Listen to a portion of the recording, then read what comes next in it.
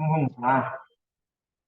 Vamos então fechar os nossos olhos e por meio daquela respiração bem profunda, vamos elevar o pensamento a Deus Pai, deixando com que este ar puro penetre os nossos pulmões,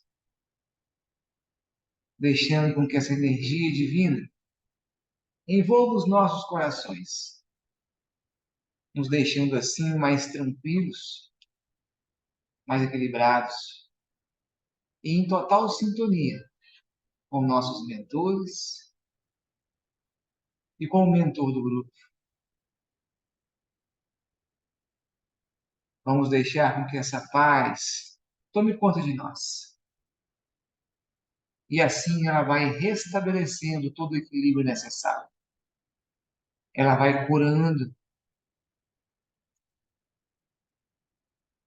ela vai tranquilizando todos nós. E aproveitando a presença de toda essa paz, vamos direcioná-la a todos que neste momento passam pela nossa mente. Sejam eles conhecidos, familiares, amigos, algozes, aonde quer que estejam, que possam nesse instante sentir essa paz em seus corações.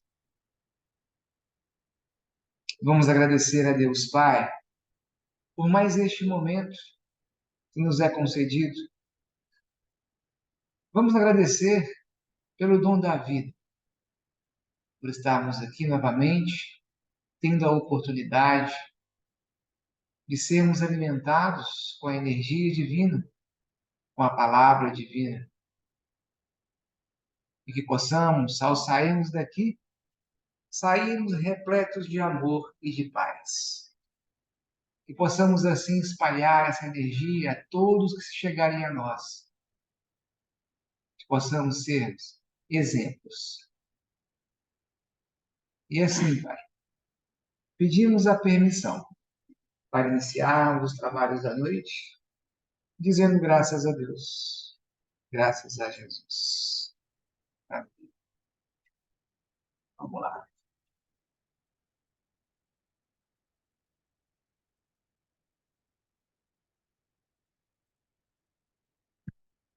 Então, gente, é muito difícil nós passarmos por essa vida aqui na Terra sem termos agonias, né? Sem termos dores. Eu, pelo menos, não conheço ninguém que possa falar assim: ah, eu nunca tive um problema, eu nunca tive um momento de angústia, um momento de tristeza, um momento de desespero. Todos nós já tivemos isso daí.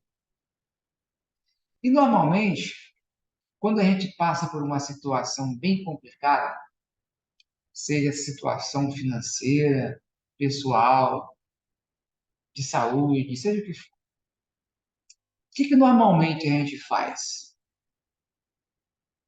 A gente cai de joelhos no chão e clama a Deus para a gente estar sendo ajudado. Não é assim que acontece? O primeiro a ser solicitado ajuda é Deus. E muitas vezes as pessoas acabam ficando aborrecidas, tristes, desmotivadas, porque aquela ajuda que foi pedida a Deus não veio da forma que a gente queria. Muitas vezes, num caso de saúde, por exemplo, a gente sabe que todos nós vamos desencarnar. Não sabemos que dia que vai ser, mas todos nós iremos. Como eu sempre falo, daqui a 120 anos, todos os habitantes da Terra, hoje, não estarão mais aqui. Mas mesmo a gente sabendo disso, a gente adoece e muitas vezes clama para que, não me leve agora. Eu quero ficar mais tempo aqui neste planeta. Mas muitas vezes chegou realmente a hora. Chegou o momento de você voltar para a parte espiritual, aonde muitas vezes você cumpriu a sua missão, ou outras vezes você cumpriu o seu prazo. Então, por mais que sejamos merecedores, a nossa hora é a nossa hora, não tem jeito. Então, a gente clama ali por aquele ente querido, para que ele se cure, que ele fique saudável, né? E algumas vezes isso não acontece. Algumas vezes esses que a gente orou tanto para que melhorasse, para que ficasse aqui na Terra junto com a gente, né? Acaba partindo para o mundo espiritual. Alguns irmãos acabam se aborrecendo, se entristecendo, muitas vezes até se revoltando com Deus, porque aquelas preces não foram acolhidas. Mas a gente sabe que Deus não é injusto. Deus é amor, é paz, e ele jamais puniria a gente, ainda mais com a morte, como a gente pensa que ela é. Muitas vezes também em problemas financeiros, a gente está apertado, endividado, o credor está lá na cola, a gente cai de joelhos novamente no chão, levanta as mãos para o céu e pede então uma ajuda, que aquele problema seja resolvido. E da mesma forma, muitas vezes, a solução para aquele problema não é enxergada pela gente.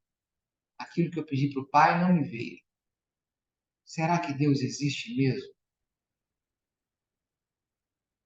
Para que a gente tenha realmente a resposta exata, que a gente sinta realmente essa ferramenta que Deus colocou nas nossas mãos, que é o que a gente está pedindo.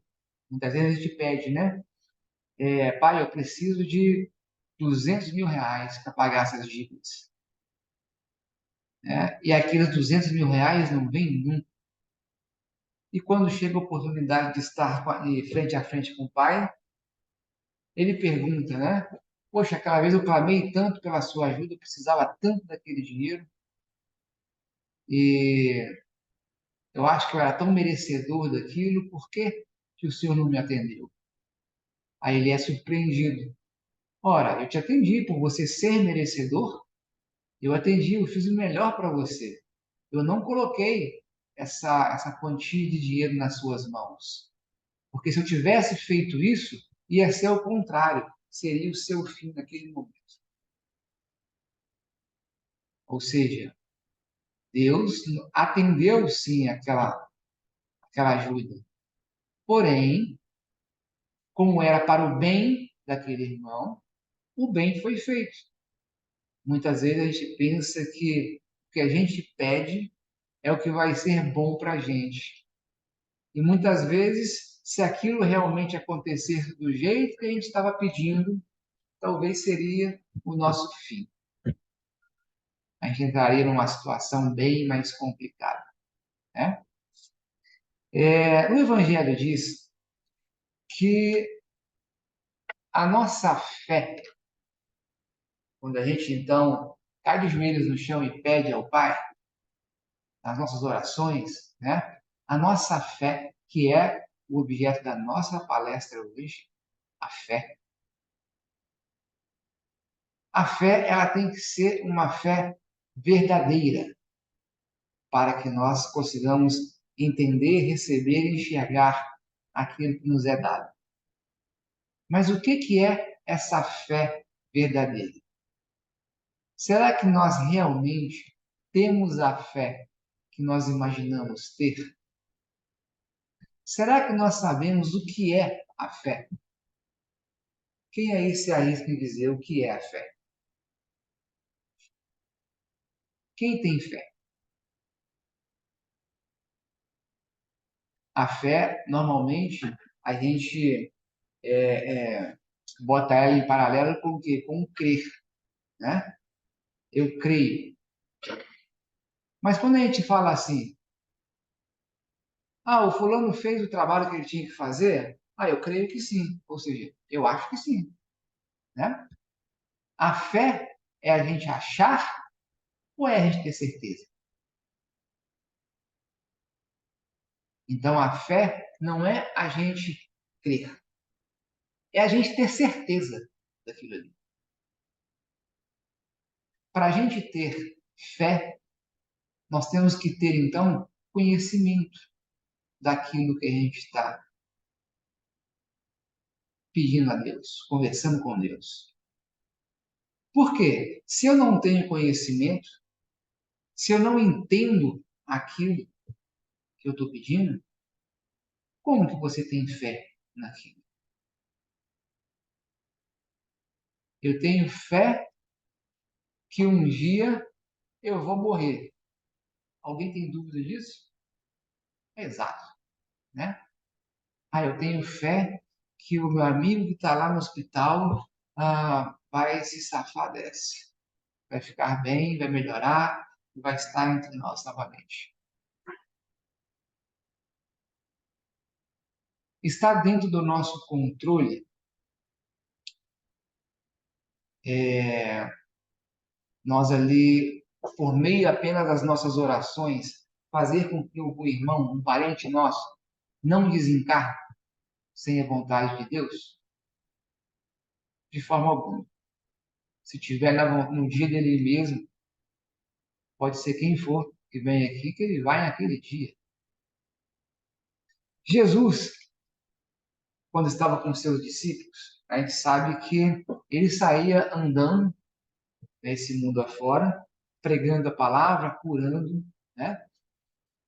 E os seus apóstolos da mesma forma. Tem um caso, é bíblico isso, aonde os apóstolos encontraram um pai, aonde esse pai clamava por ajuda, que o filho estava então muito doente. Ele falava que o filho muitas vezes estava no fogo, muitas vezes estava na água. O que ele quis dizer com isso? Ele não tinha mais controle de si, né? Quando os apóstolos chegaram, esse filho, né, desse rapaz, eles perceberam então que era um caso de obsessão de nível muito elevado. E eles não conseguiram resolver o problema. E o pai foi ter então com Jesus, né, perguntando: olha, os seus apóstolos tiveram com meu filho, que está muito doente há muito tempo, ninguém resolve o problema dele, ele está endemoniado, como eles falavam na época, né? E os seus apóstolos não conseguiram resolver o problema. O que eu tenho que fazer? A primeira coisa que Cristo falou foi o quê? Homens de pouca fé, incrédulos, né? Isso com os apóstolos, hein? Que estava recebendo ali informação constante, ensinamento constante. E Cristo falou: traga a mim então esse irmão para a gente dar um jeito nele, melhorar ele. Imediatamente trouxeram o menino e imediatamente o menino foi curado. Os apóstolos, vendo aquilo, foram ter um particular com Cristo depois, né? O que aconteceu, né? Por que a gente não consegue? Por que nós não conseguimos fazer isso? E Cristo falou muito claro, né? Vocês não têm fé. Vocês são incrédulos. Se vocês tivessem fé de verdade, vocês diriam para aquela montanha sair dali e ir para lá, que isso iria acontecer.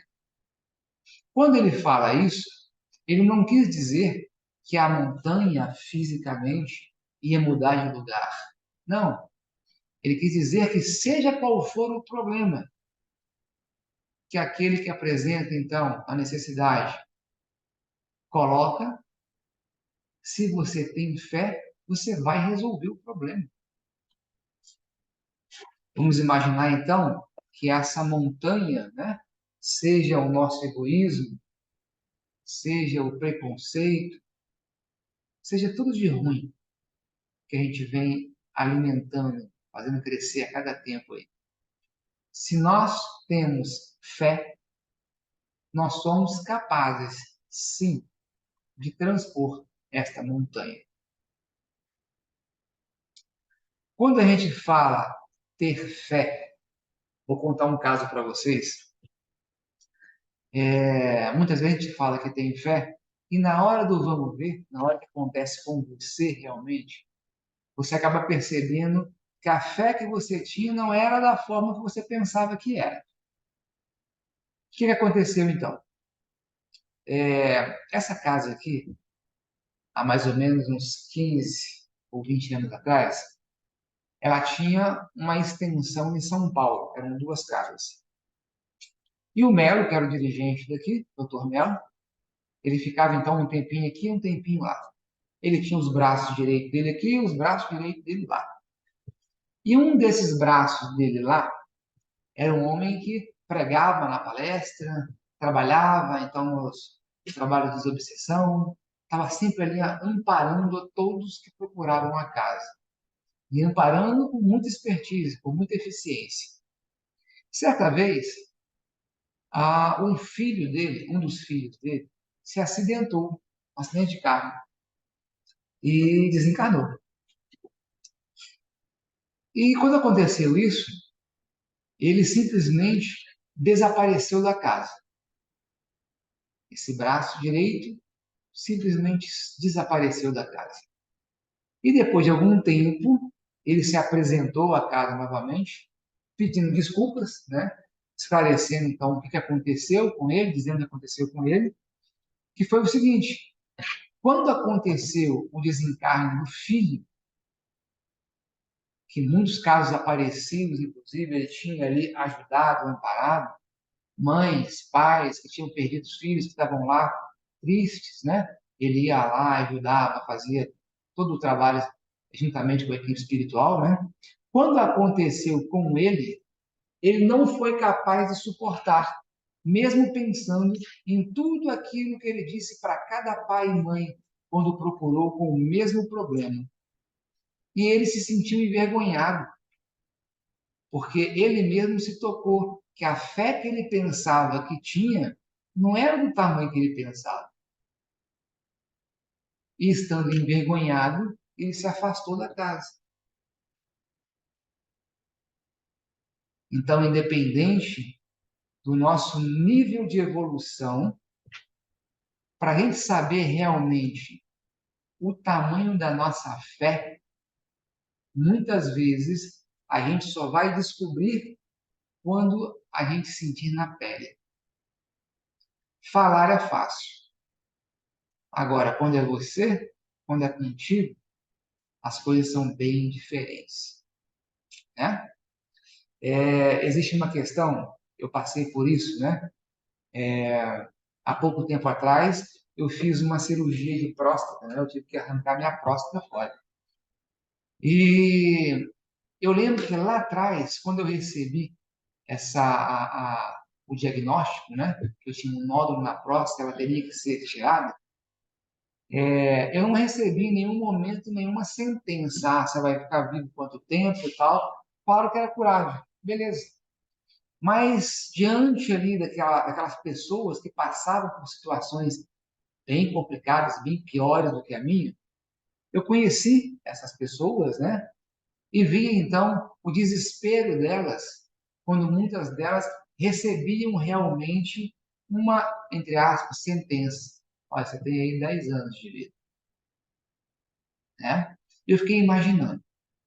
A gente sabe que nós vamos embora a qualquer hora. Mesmo se Cristo viesse aqui e falasse para você assim, olha, você vai viver aos 90 anos e você tem 50, ou seja, resta 40, certo? A sua sentença é 40 anos. Você vai se desesperar. Só pelo fato de ter recebido a sentença. O médico pode falar assim para você, olha, você tem 1 ano, você tem 10 anos, você tem 20, 30, 40 anos. Que seja 40 anos. A partir do momento que você recebe a sentença, Você não tem ideia como as pessoas ficam. Por que que acontece isso, gente? Eu dou uma chance para vocês aí. O que está faltando para as pessoas?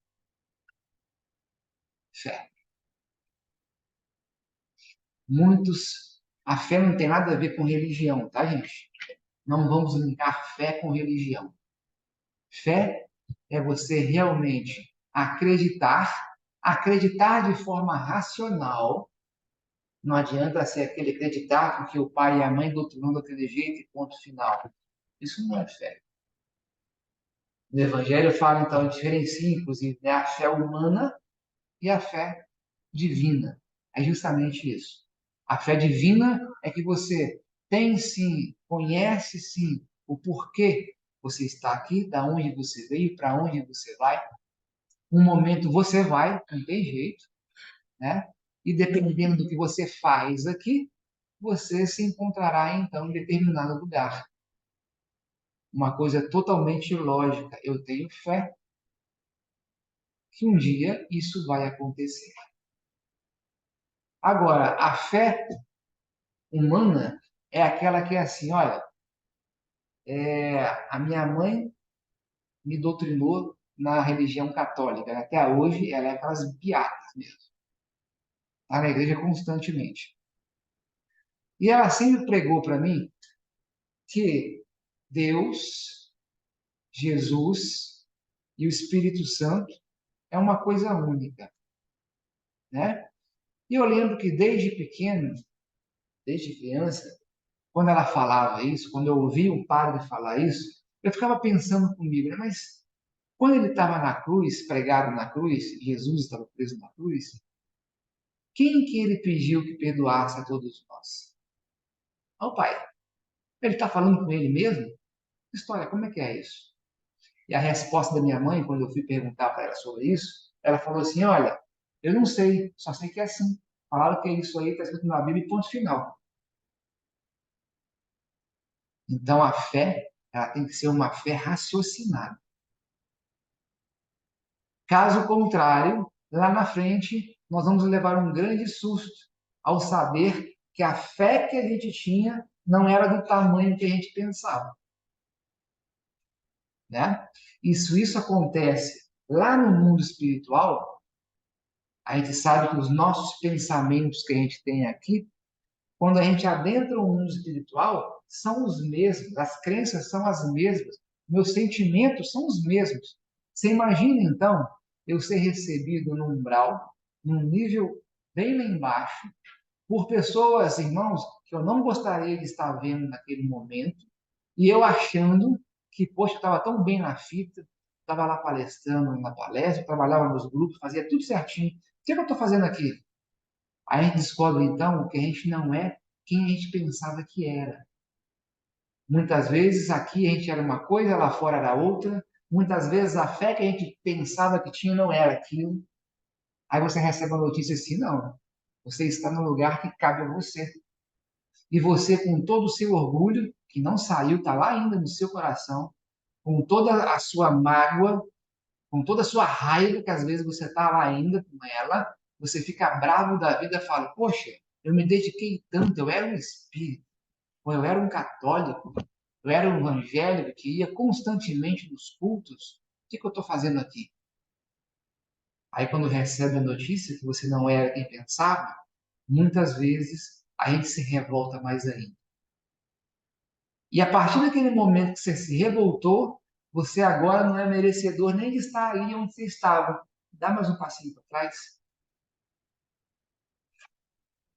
Isso tudo devido que àquela fé humana que nós aprendemos lá atrás, que nós fomos doutrinados aquilo, e ela não tinha sentido nenhum. Faltou a fé raciocinada, né? Se nós tivermos realmente a fé que nós pensamos que temos, nós estamos bem na fita para caramba. Então, é um momento para a gente refletir. Lembrem que para a gente realmente saber se a fé que nós temos é a que a gente imagina que é, nós temos que estudar. nós temos que conhecer. E nesse momento do conhecimento, do estudo, muitas vezes a gente descobre o que a gente pensava que era, não era. É outra história. E o principal, que vem a mais ainda do que estudar, eu tenho que praticar. Não adianta você estar cheio de informação, recheado de informação. Se você não praticar, nada vai adiantar. Inclusive, o conhecimento demais sem a prática, acredite, pode ser um grande pisão no seu pé quando você estiver lá do outro lado. Porque a única coisa que você não vai poder dizer é que, eu não sabia disso. Sabia. Você estudou, você conhecia. Você não fez porque não quis. Então, como eu sempre falo, o estudo é fundamental. A prática, mais ainda, né? Tem aquela história que diz o seguinte: vamos imaginar uma turma de aula, né? 50 alunos na sala de aula. Mais da metade ali está ali e nem sabe o que está fazendo. Faz os trabalhos, faz os deveres, porque está sendo exigido daquilo ali, né? E mesmo assim, sai daquele jeito, né? O negócio não sai legal. 15% faz realmente direitinho as coisas, mas faz porque tem a prova, porque vai ser exigido. Se não tivesse a prova, também não ia fazer. E os 5% que resta aí, realmente são aqueles que antes do professor pedir, ele já fez e fez a mais. É desse jeito que a população da Terra se encontra, em termos de conhecimento, em termos de prática. Vocês podem estar rodeados de pessoas que fazem e acontece. Acredite, são exceções, não é a regra. E a gente sabe que o ambiente que nos rodeia, o ambiente que nós vivemos, nos influencia. Então não adianta você ser um bom católico, um bom espírita, um bom evangélico, um bom umbandista, seja o que for. Se você estiver num ambiente que constantemente está tirando você do foco, a chance de você cair, a chance de você ter essa fé humana é gigantesca. A ambiência conta muito. Muitos perguntam quando eu falo isso, né? Poxa, mas que justiça é essa de Deus, então, que dentro desse ambiente, muitas vezes eles fazem aquele nascer lá na favela, lá no meio de um monte de bandido, e outro no berço de ouro.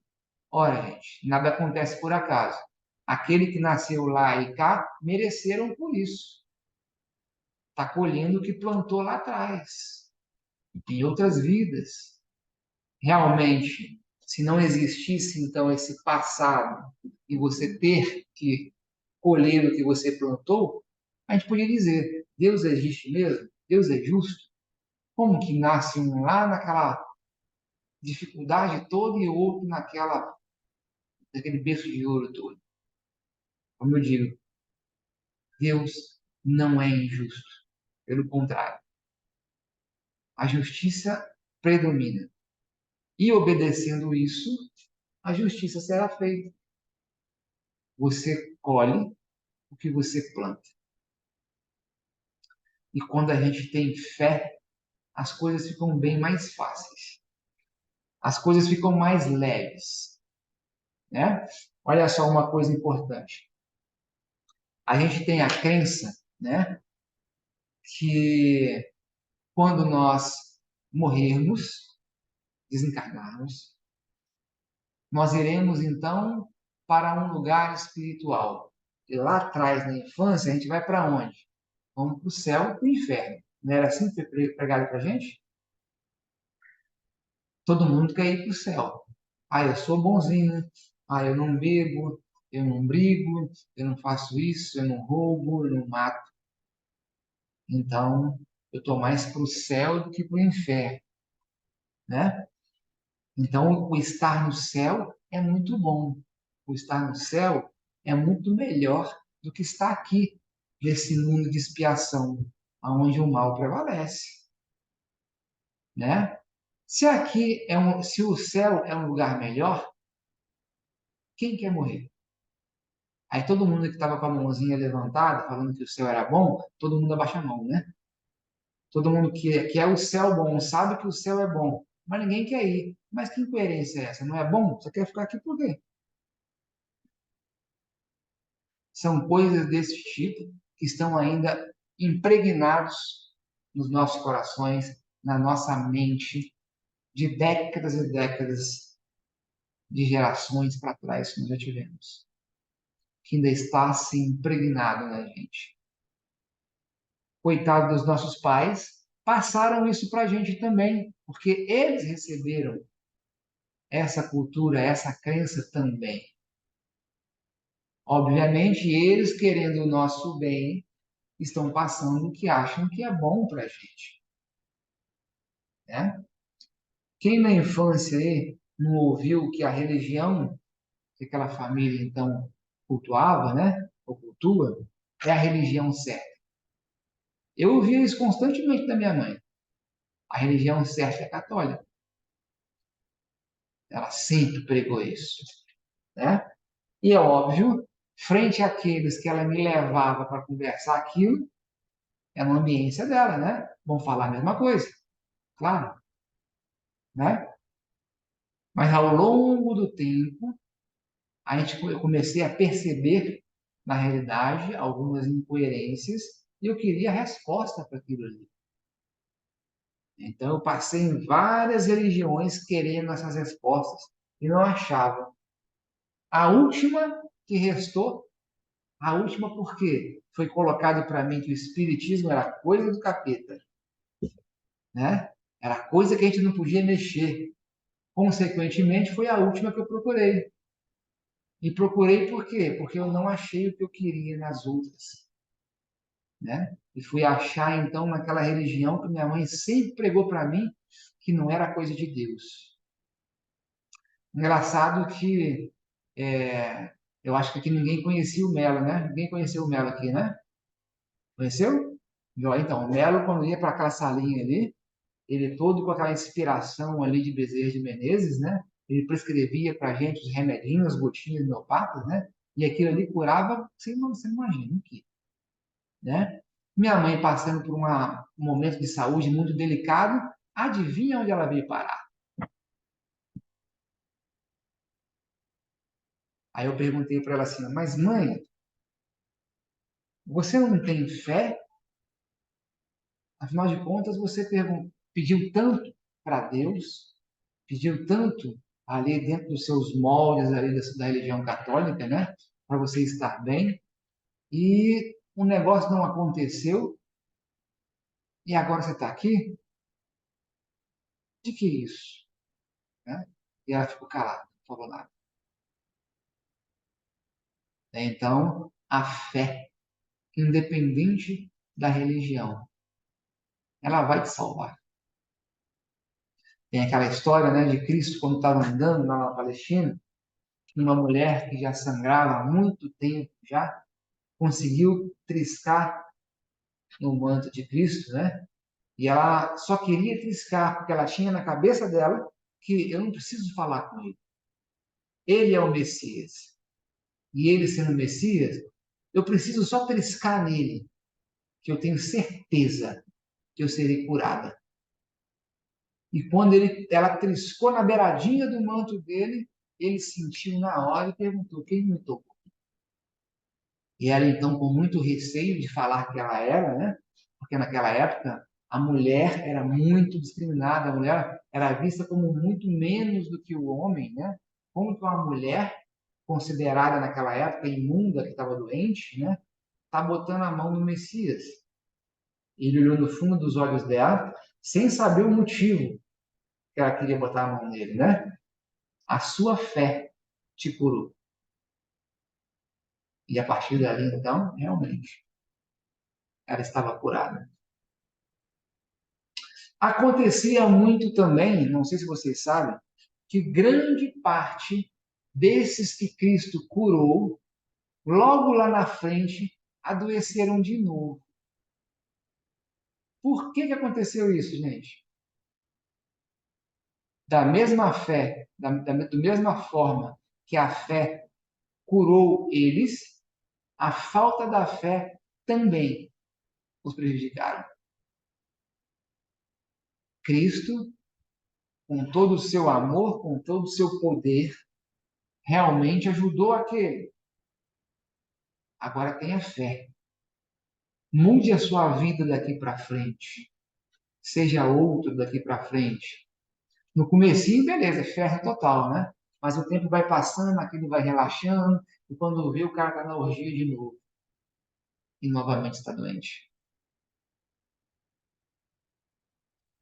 Então, termos a fé, eu falo para vocês que é a chave para nós conseguirmos adentrarmos o lugar que nós queremos estar. Isso independente de religião. Isso não importa em absolutamente nada. A fé, ela é divina. A fé é para todos.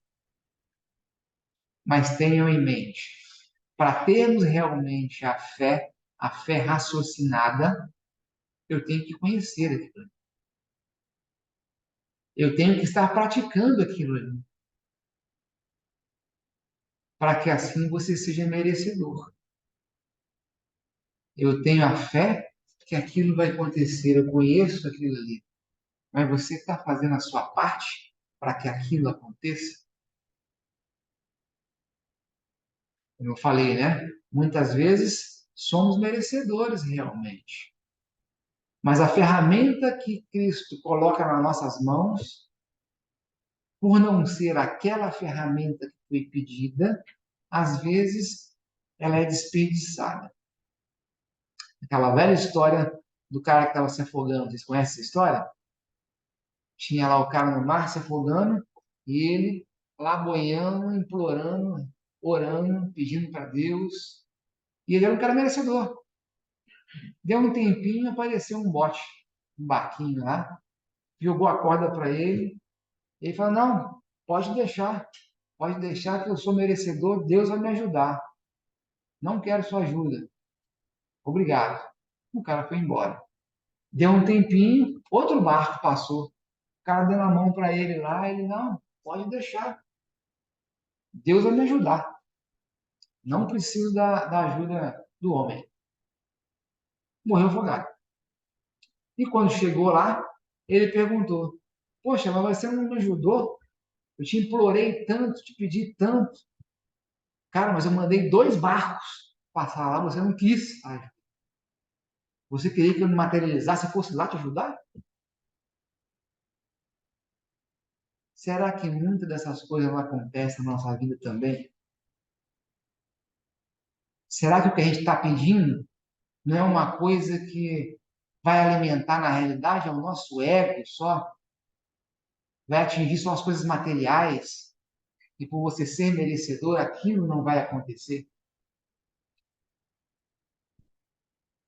Vamos aproveitar as ferramentas que Cristo toda hora coloca nas nossas mãos. Vamos ter fé do seguinte: se Deus é esse ser supremo, esse ser de amor, tem aqui como governante Jesus Cristo, também de um nível de evolução imenso.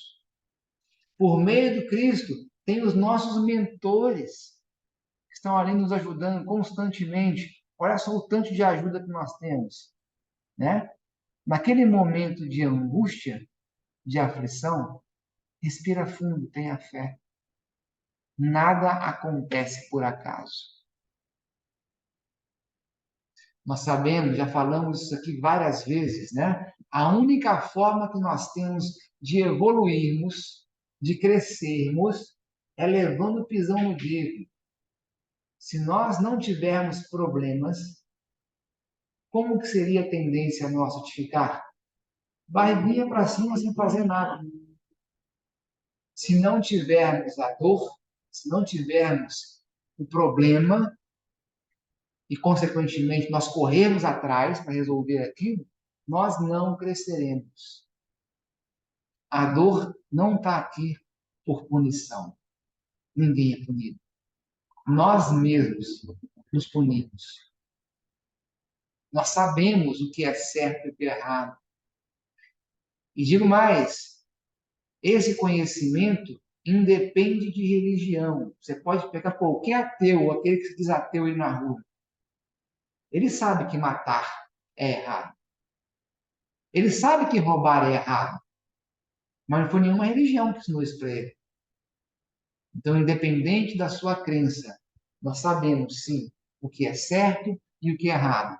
O que nós temos que fazer realmente para estar próximo de Deus. Nós sabemos.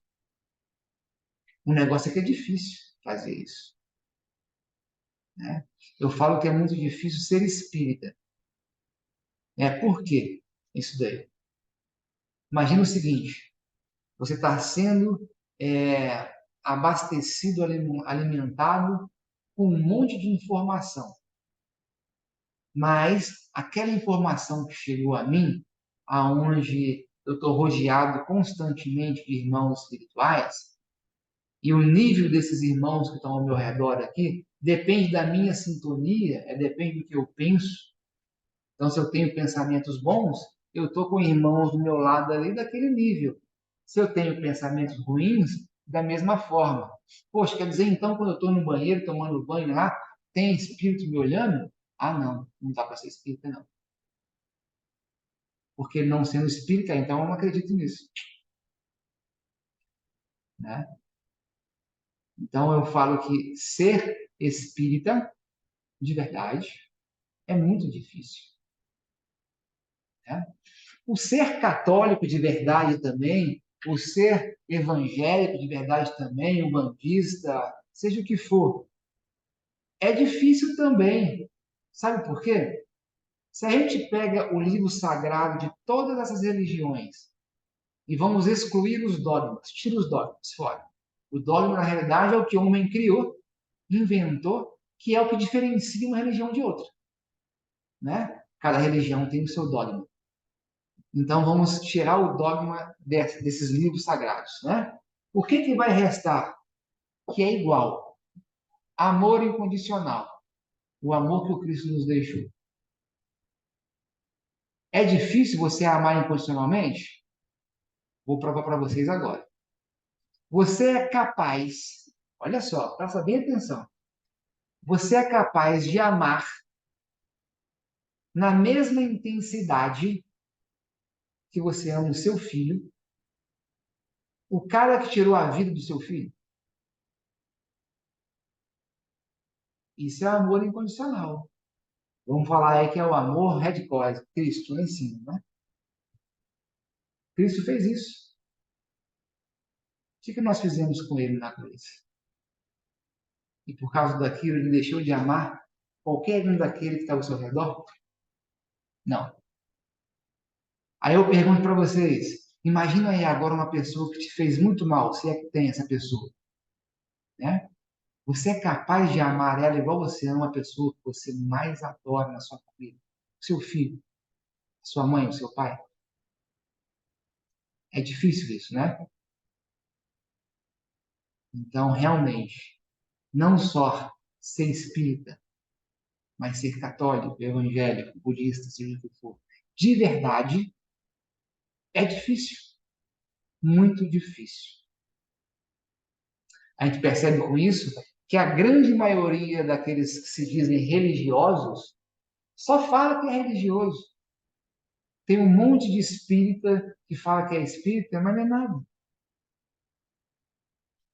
Né? Não pratica nada daquilo, não cultiva nada daquilo. Da mesma forma, católicos, evangélicos. E acredite, tem um monte de ateu que está melhor na fita do que a gente. Porque ele diz ser ateu, porque muitas vezes aconteceu isso que eu falei acontecer comigo, ele não teve resposta e não achou a resposta. Mas ele faz o bem. Ele faz o amor incondicional. Independente se existe o Deus ou se não existe.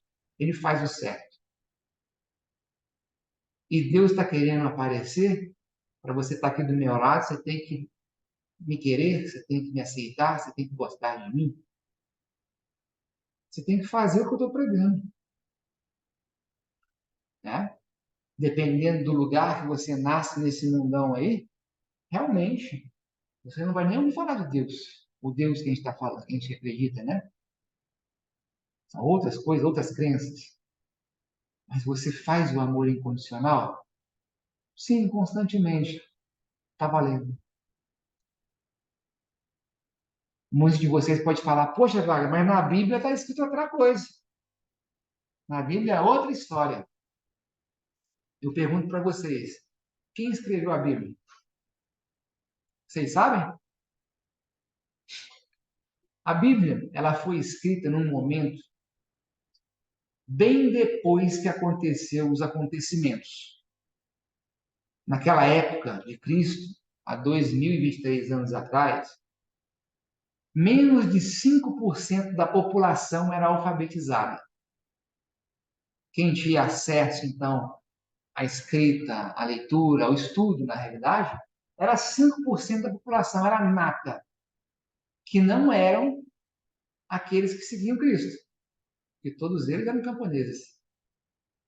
Quem escreveu a Bíblia, então, por aqueles que tinham essa cultura, ou seja, estavam na nata da sociedade, que era que perseguia Cristo, e foi a história de um amigo que conhecia o amigo, que conhecia o amigo, que era amigo de um apóstolo, que conhecia Cristo. A Bíblia nada mais é do que a junção de vários livros. Na realidade, são 21 livros.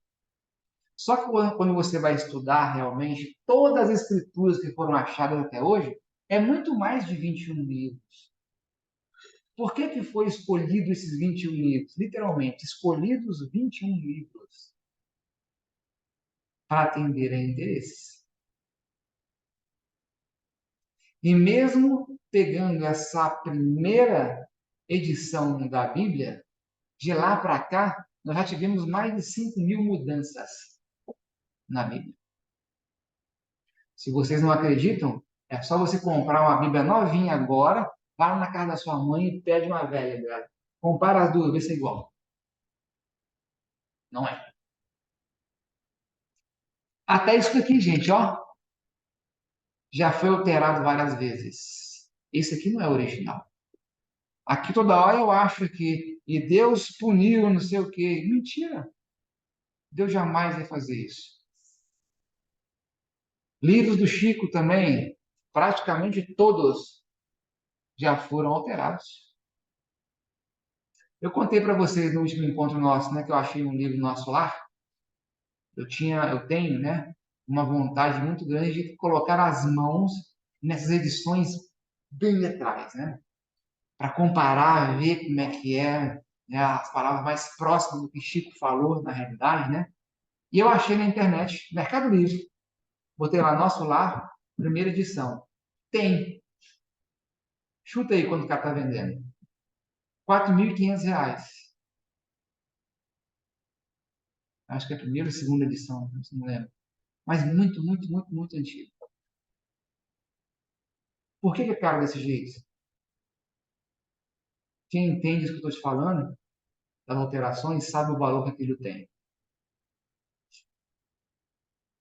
Né? Então, muitas coisas que estão na Bíblia, sim, vai ajudar muito a gente. A Bíblia é dividida em Antigo Testamento e o Novo Testamento. O Antigo Testamento foi na época de Moisés, antes de Cristo.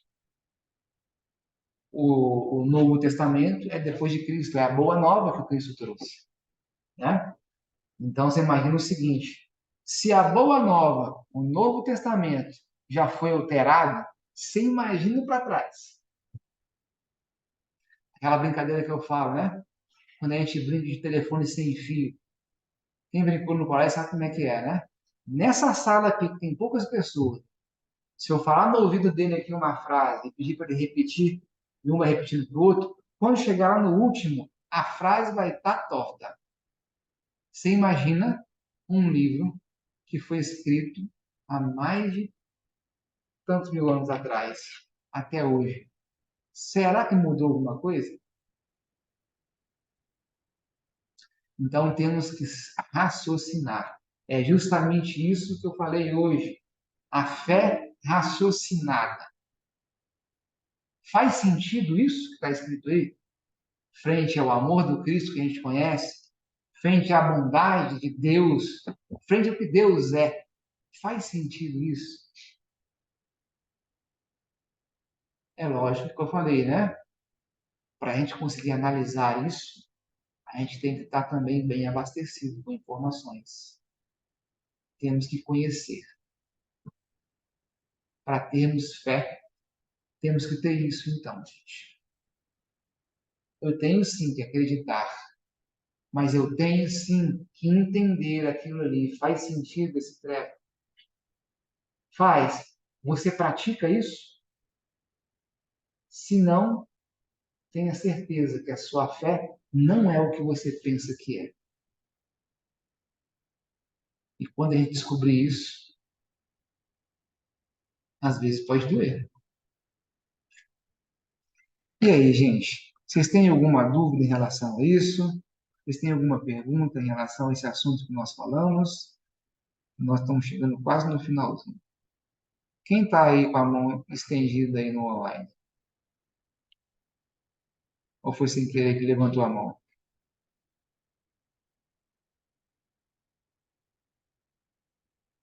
Nada? E vocês, gente? Alguma dúvida? Vocês acham que tem a fé que pensam que tem? Espero que sim. Porque lá na frente, vocês vão lembrar desse momento que a gente está tendo aqui hoje. Nós temos aí 37 anos para endireitar o que nós não fizemos, nós deixamos para trás. Quando adentrarmos aí 2057, adentrarmos o mundo, primeiro ano do mundo de regeneração, a gente tem que estar com os ponteiros bem alinhados, para que a gente não Wagner, leve susto. Pode falar. eu tenho, é porque eu fui mexer na configuração aqui para ligar o microfone. Diga. Então, boa noite. Boa noite. É o seguinte, uma parte aí do que você falou mais para trás, você Ah, disse sobre o merecimento, né? Que uhum, tem pessoas que nascem em berços de ouro, na materialidade, né? Famílias ricas. certo. E assim, eu eu vi num dos livros de André Luiz que Sim. espíritos altivos, completistas, né, que são altivos, eles fazem um planejamento deles para a encarnação, participam do plano e eles têm a opção de escolher como eles virão. E, Sim. geralmente eles escolhem virem feios, na aparência física e pobres, para não cair nas paixões terrenas. Certo. E também uma observação do, por exemplo, Jorge Soros, que é um dos banqueiros mais ricos do mundo, e os donos do mundo, que tem os seus projetos perversos contra a humanidade, né? E o Uhum. filho dele, novinho agora, está seguindo essa agenda do pai. Então, assim, eu não sei se isso é o merecimento desse espírito novo que está aí agora, né? Com superpoderes e com ações tão horríveis contra a humanidade. Joia. Nessa parte aí, eu fiquei meio em dúvida. Tá. Vocês ouviram o que ela perguntou? Primeira coisa, então, olha só, Betânia.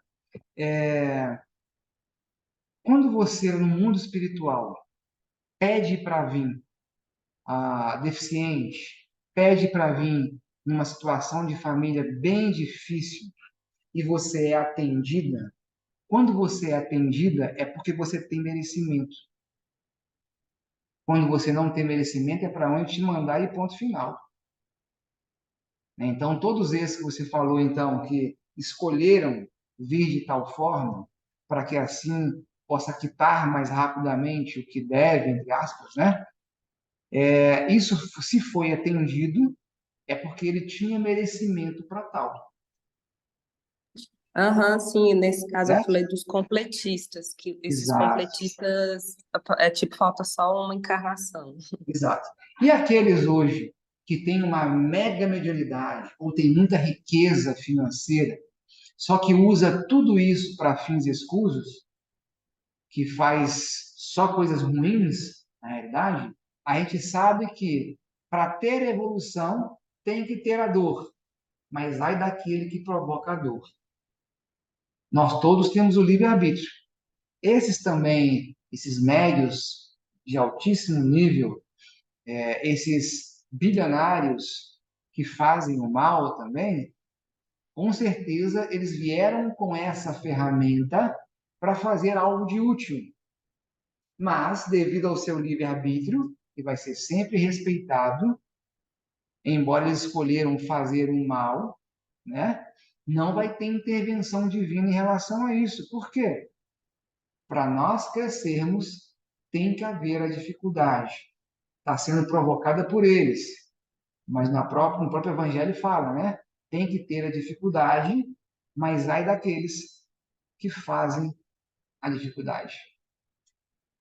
Então, Betânia, se esses irmãos estão aqui hoje fazendo isso devido ao seu livre-arbítrio que estão tendo agora, lá na frente, a colheita vai ser obrigatória, né? Aham, Tá plantando uma coisa e vai colher exatamente o que está plantando, né? Não se incomode com isso, faça a sua parte. tá certo. Tranquilo? O que mais, gente? Alguma dúvida aí? Podemos encerrar? Então vamos lá. Vamos novamente, então, cerrar os nossos olhos e elevarmos o pensamento a Deus Pai. E neste momento de paz, neste momento de amor, onde nossos corações estão carregados desse amor divino, vamos direcionar essa luz para aquele que agora precisa tanto. Esse que vem na sua mente agora. Seja ele quem for. Imagine-se abraçando esse irmão. E nesse abraço puro, nesse abraço de paz, você agora o cura com todo esse carinho, com toda essa energia. Vamos sentir a paz divina em nossos corações. Quanto mais damos, mais recebemos. E assim queremos, Pai, ao longo dos próximos dias. Que possamos ser exemplos, cristãos de verdade. Que a paciência se faça presente em nossos corações. Que sejamos assim mais compreensíveis, justos e equilibrados.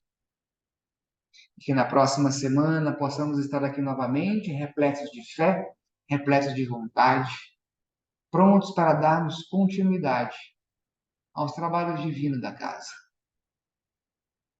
E assim, pedimos a permissão para encerrarmos os trabalhos da noite, dizendo graças a Deus, graças a Jesus.